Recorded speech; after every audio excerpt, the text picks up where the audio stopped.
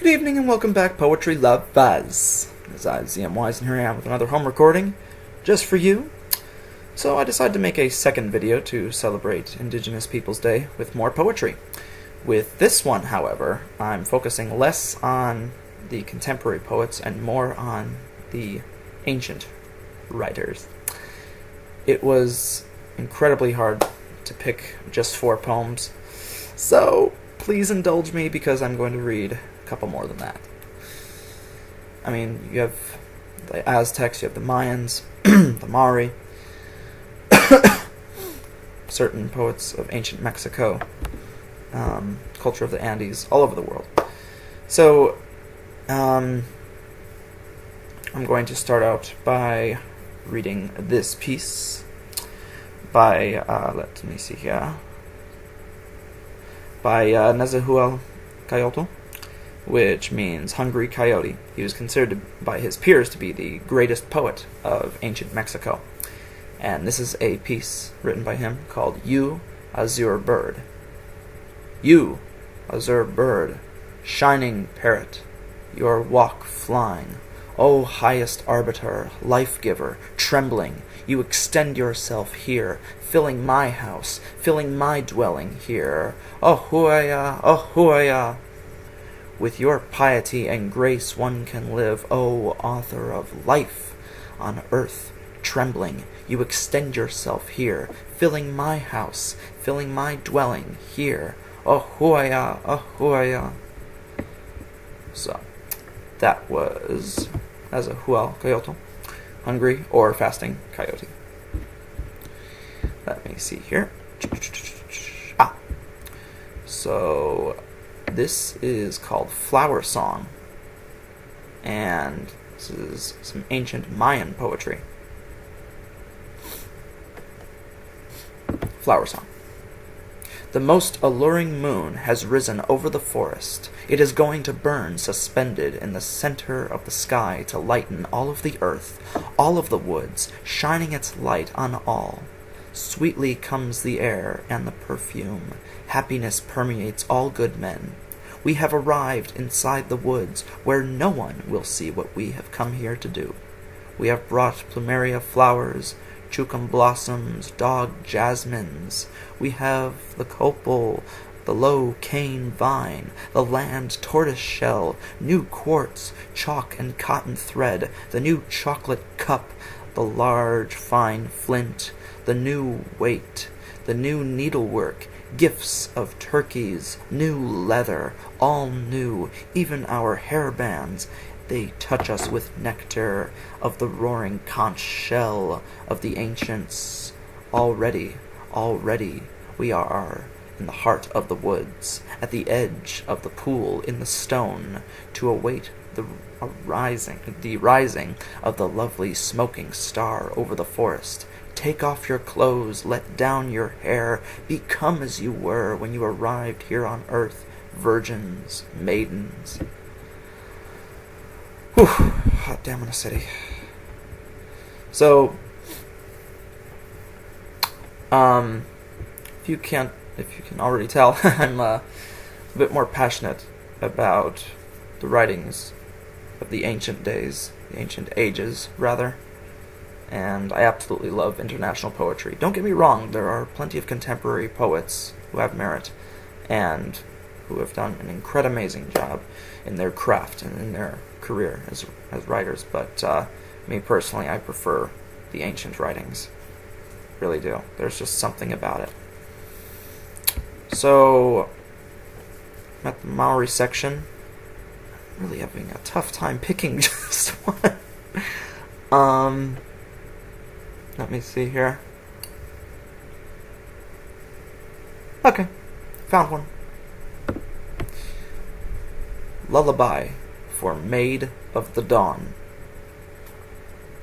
O daughter crying bitterly, stop crying. Listen to the ocean surge and do not betray us. To the stealthy foeman moving silently along the river's mouth of nearby Angaru. Perhaps you may soar like the hawk, which often flies swiftly to the west and south.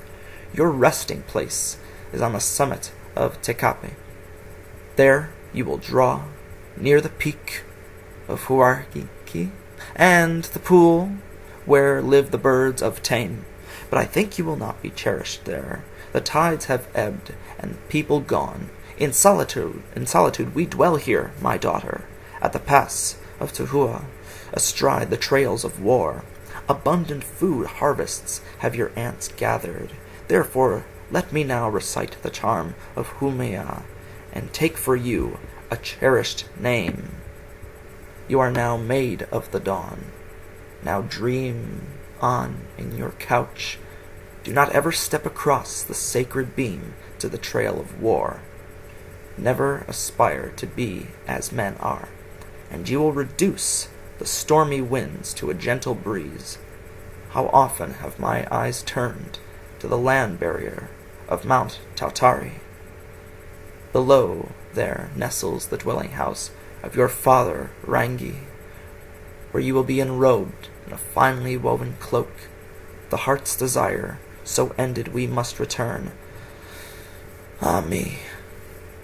By Tuari. Please forgive me throughout this video if I pronounced anything wrong. Not my intention at all whatsoever. Let me see here.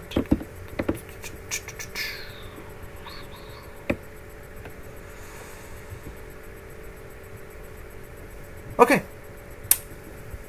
This one, sorry.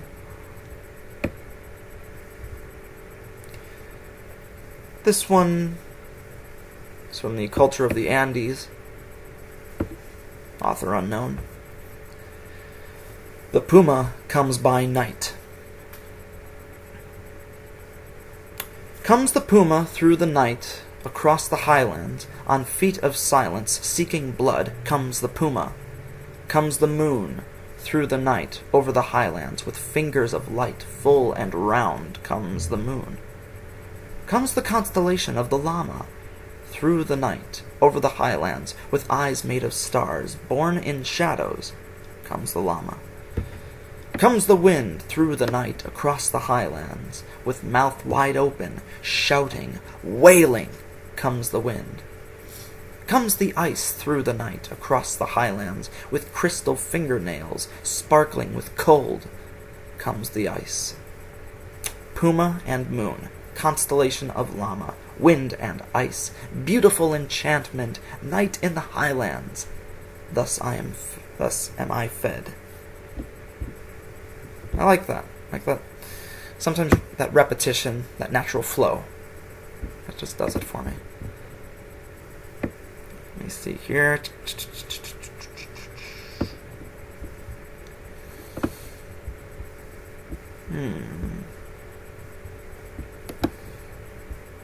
Okay.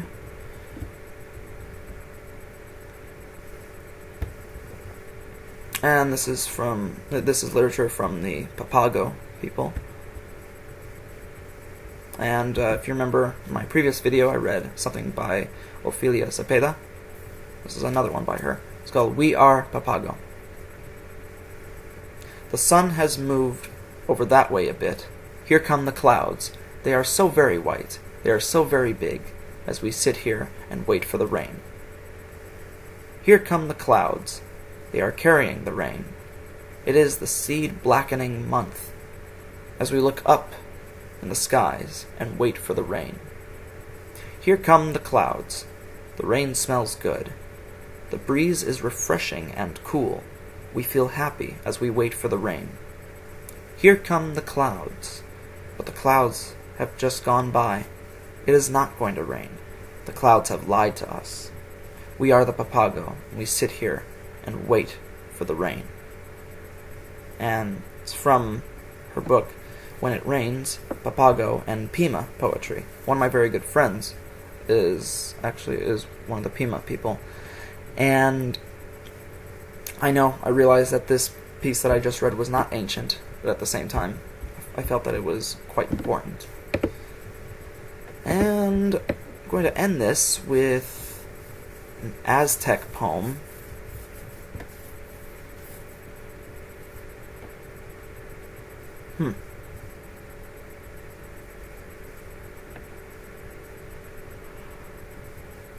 So, when the Aztecs mentioned Quetzalcoatl, you're probably familiar with Quetzalcoatl being this gigantic avian monster. But the Aztec people considered Quetzalcoatl to be the creator, the mother. And I believe when it bled, the Aztecs were born. I love creation myths, I really do. Absolutely. So this piece is Sacred Hymn number 14, the song chanted every 8 years at the Feast of the Water Tamales. And it's anonymous. My heart is a flower, it bursts open, Lord of midnight, Oaya, Oya, yay. Already the goddess has come, our earth mother has come, Oaya, O ay. The god of corn, born in paradise, where flowers bloom, on the day one flower, Yantala, Yantala, Ayayo, Ayawe, Tilili, Yayao, Ayawe, O Ayawe. The god of corn, born in the region of rain and mist, where the children of men are conceived, home of the lords of jeweled fish, Yayo, Yantala, Yantala, Ayao, Ayawe, Tilili, Yayao, Ayawe, O Ayawe. Dawn arrives, radiant sunrise, multicolored spoonbills drink nectar from the standing flowers. Yantala, Yantala, Ayayo, Ayawe, Tilili, Yayao, Ayawe, O Ayawe. Here on earth, in the market you appear. I am the Lord. I, Quetzalcoatl. Yantala, Yantala, Ayao, Ayawe, Tilili, Ayao, Ayawe, O Ayawe. Again, my apologies if I mispronounced anything. Not my intention. Thank you very much for indulging me, poetry lovers. Happy Indigenous Peoples Day.